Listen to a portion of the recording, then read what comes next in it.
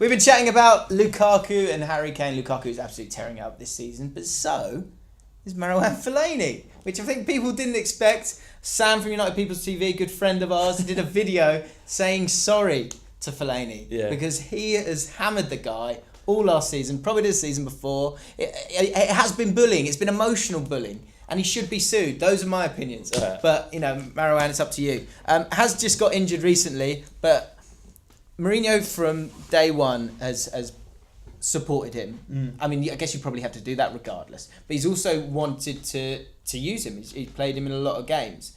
Got a lot of stick last year, doing very well this year. Why is that happening? And is he good? I think it's using him in the right position. I think that's the thing. I think you see the Marouane Fellaini that played for Everton. He was a threat. He caused so many teams problems because he was played in the right position. He was played as sort of this false target man from a deep position where he'd get into the penalty area. Problem with previously at United, Louis van Gaal used him very well in some games where Ashley Young would get wide and he'd cross it and Fellaini would score. Or he'd play him deep and Fellaini would have to play these passes. Fellaini's not a passing footballer. You don't get Fellaini to pass the football, you get him to destroy and you get him to get into the penalty area. And simply that's what Mourinho's been doing, and that's why it's been so successful, because you're playing to Fellaini's strengths. You're not playing to his weaknesses in breaking teams down. Right. And so should he ever be starting for Man United? Because that was a question that I remember us talking about on Social Club on the Ball Street channel last year, is how is he starting football games? Like you're saying, utilise him properly. Yeah. But he has been starting most games, hasn't he, recently? So, one of the biggest games in United's recent history, the Europa League final, who starts? Marouane Fellaini. Who wins United the game? Marouane Fellaini. He won 13 aerial duels in that game. That was more than the entire Ajax team managed combined. You put Marouane Fellaini up against Lasse Schöne, who is a technically gifted, ball-playing central midfielder that controls the tempo for Ajax. You put Marouane Fellaini up against him. He's going to dominate him aerially. He dominated him with the ball at his feet. It was just a performance where that's what Marouane Fellaini's in this squad for, and that's why this season again people hadn't jumped up to the fact that he's a very important player. He always has been. Used in the right way. Think about the games Marouane Fellaini performs really well in my recent memory. It's been the City games, been the Liverpool games, been the games where you really require someone to be a bit physical. Yeah. And I don't think that's a bad thing with the transition of Man United. The midfield going to maybe Matic, Pogba, Fellaini in the back end of games. That's not a bad thing. That's a good thing if you've got that power in there. Is there a sort of broader sort of snobbery towards having a weapon like that in your squad anymore? Because I think there's other teams, and I think off the top of my head, I think Man City have never, in the last couple of years, certainly it's not a Guardiola trait that he would never have that kind of player. Same with Wenger. I think it's easy for football fans to look at it, and pundits to look at a technically gifted footballer and appreciate what they do. It's a lot harder to see the value of Fellaini, Moussa Sissoko, other kind of powerful forward players, because they're not pretty to watch. Well, I think you can understand it, but you can find it basic. People find it basic, don't they? Yeah, who cares? They find it basic, but it's Moussa Sissoko is clumsy with the football. If I'm being hypercritical, he's a clumsy footballer, but he is effective when he's playing well. He is effective and tough to deal with, and it was a bit of a mystery why Spurs paid that much money for him. But there have been times where you look at him and you think that he's kind of unplayable in this, because he's causing mayhem. He's creating chaos, but not through craft and skill, but through aptitude.